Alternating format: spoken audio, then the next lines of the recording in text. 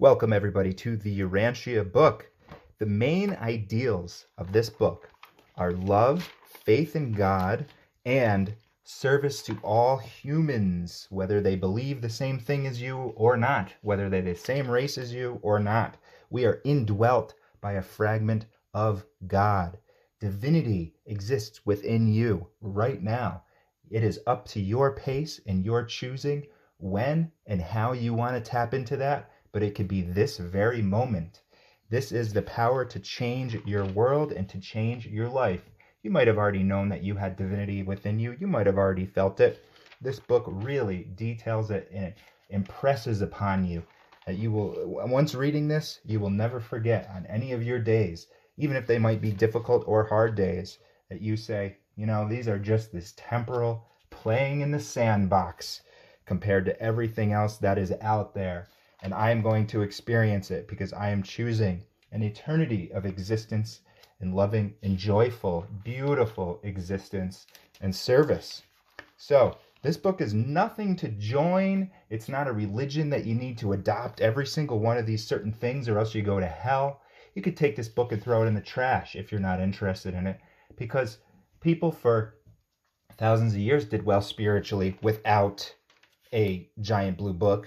But this is the revelation for this juncture in time, because we are at a very backwards and confused, well, kind of have always been in this planet. But the distractions are plentiful these days. It's very easy to lose sight of your own inner spirit, your own inner guide. So this book is here to say, hey, this 20 and 21st century men and women, they need something to contemplate a little bit deeper than just the teachings of a few of our older messiahs, or whatever you want to call them. Having said that, the life and teachings of Jesus in Nazareth are in this book, but it's a presentation that's different than Christianity. One of the ways that it differs is that it teaches that Jesus is not a ransom paid by an angry God in order to then start having sympathy for his children. They say your planet isn't even, there's been millions of other planets, and there is right now. So that's not just an attitude that changes as far as God is concerned, that now all of a sudden he needs to see his son dying on a cross in order to then have sympathy for the wayward. They know it's inevitable that there's going to be wayward beings in this evolutionary origin. So that's just one of the ways that it differs. So there is similarities to Christianity here, and that could be a good thing if you're a Christian, or it could be a negative thing if you're saying, I've already rejected Christianity and, you know, Jesus, I've already rejected Jesus because I don't like the Christian church. Well, this book teaches about that. It says the Christian church is the religion about Jesus, not the religion of. And the religion of Jesus is love and for all of your fellow human beings, not just the believers. It's not just a fellowship of believers like Christianity is, and everybody else goes to hell. It's saying, no, love them all. And also, it is about faith in God, and that is a religion of Jesus. Christianity has become a religion about. So don't reject these concepts, because remember, we're having an open mind. This is the power to change your life, but only if you approach this with an open mind. It's all about receptivity on the part of the individual, okay?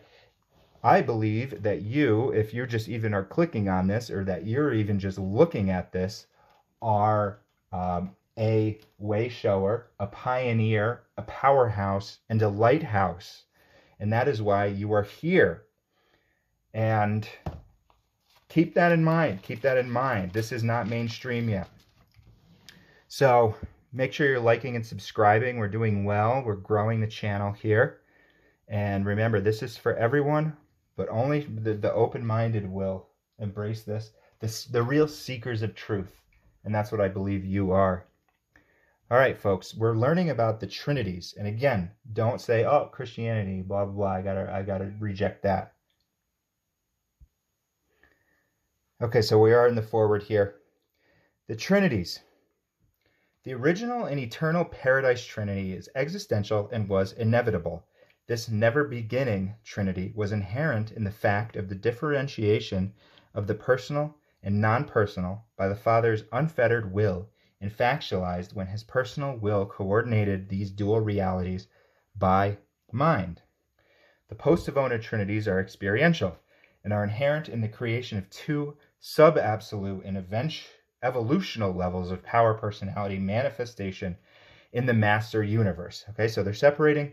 There's the original Trinity, which was inevitable. See, that's what you have to keep in mind when you're saying, I want to reject the Trinity. I don't like that idea. It's inevitability when, think of God and then thinking a free will act, okay, to differentiate personal and non-personal. If you're thinking God is just all one, at a certain point, he has to make a differentiation and say, well, let's make more. The first thing that comes out is two equals, right? So it's an inevitability. But now, because there's the Trinity, there's so many different, more dynamic relationships that can take place in the universe. You can have a relationship between God the Son, God the Spirit and the Son, all of them acting together, each one acting individually. So it just makes it so much more dynamic, and that's why it's saying it's this inevitability. But then there's these experiential trinities. That was the eternal, okay? The Paradise Trinity, the eternal deity union of the universal Father, the eternal Son, and the infinite Spirit is existential in actuality, but all potentials are experiential. Therefore, does this Trinity constitute the only deity reality embracing infinity? And therefore, do there occur the universe phenomena of the actualization of God the Supreme, God the Ultimate, and God the Absolute? So those are the evolving aspects of the Trinity. We keep going back to that. There's the evolution, or these evolving aspects, and then there's the existential, eternal. These ones embrace infinity. They're the only thing that can embrace infinity, okay? Actually, I don't know if that's, I might have just made that up, but here, we're continuing on. The first and second experiential trinities, the post-Savona trinities, cannot be infinite because they embrace derived deities, deities evolved by the experiential actualization of realities created or eventuated by the existential Paradise Trinity. Eventuated means that it's not created. It just simply is, but it's not. It's also not existential or something like that. Infinity of divinity is being ever enriched, if not enlarged, by finity and absonity of creature and creator experience. This is something that's created but has no ending. Trinities are truths of relationships and facts of coordinate deity manifestation.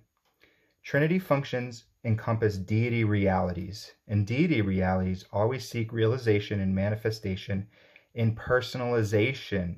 So personalization is such a huge aspect that this book teaches, because that's where this love and experience comes in between persons, all right? Without that, it's just force, Star Wars, the force be with you, but this is saying, no, there's personalization. It's God the Supreme, God the Ultimate, and even God the Absolute are therefore divine inevitabilities.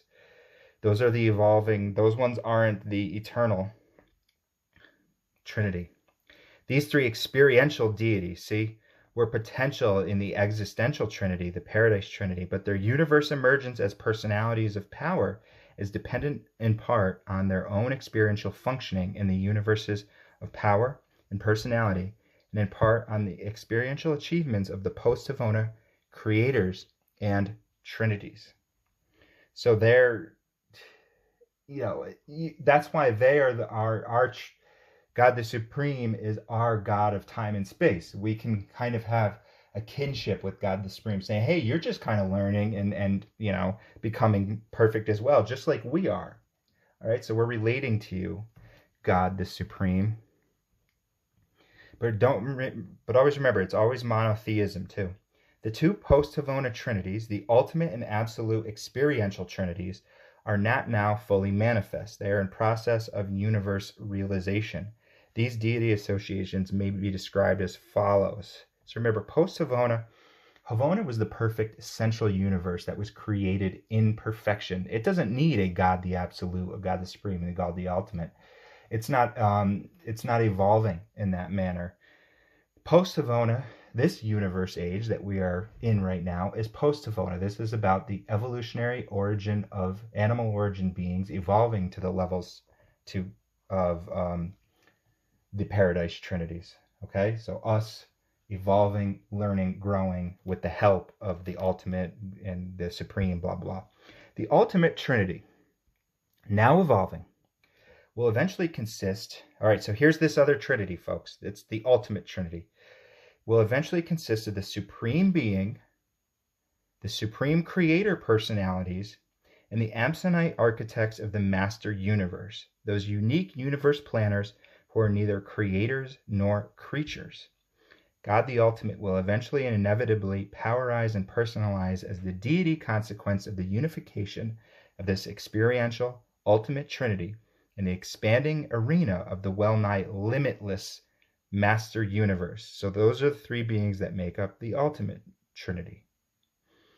We're going to learn about what this one's, they say, okay, it's the supreme creator personalities. We're going to learn about all those later on in the book.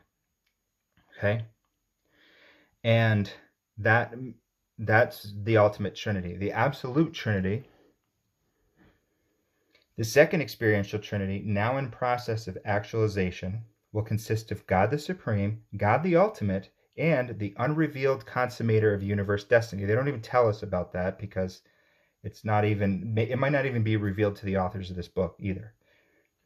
The Trinity functions on both personal and subpersonal levels, even to the borders of the non-personal, and its unification in the universality would experientialize absolute deity. So that's borders on non-personal. Okay, super personal is personal but more. So that's even a level not to non-personal.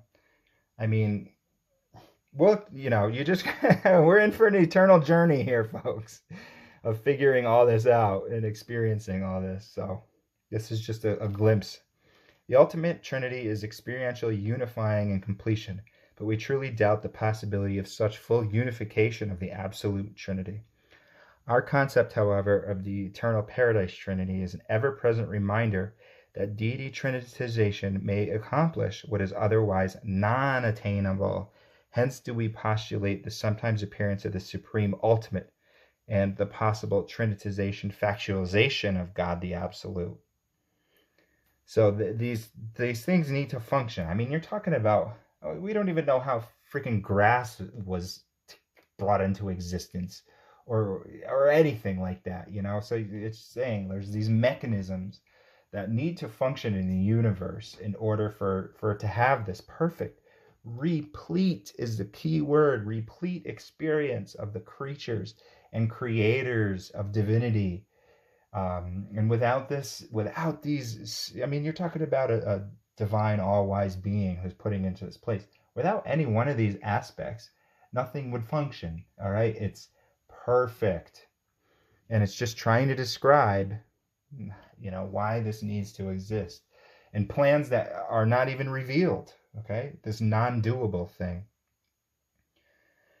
The philosophers of the universe postulate a trinity of trinities, an existential experiential trinity infinite, but they are not able to envisage its personalization. Possibly it would equivalate to the person of the universal Father on the conceptual level of the I am.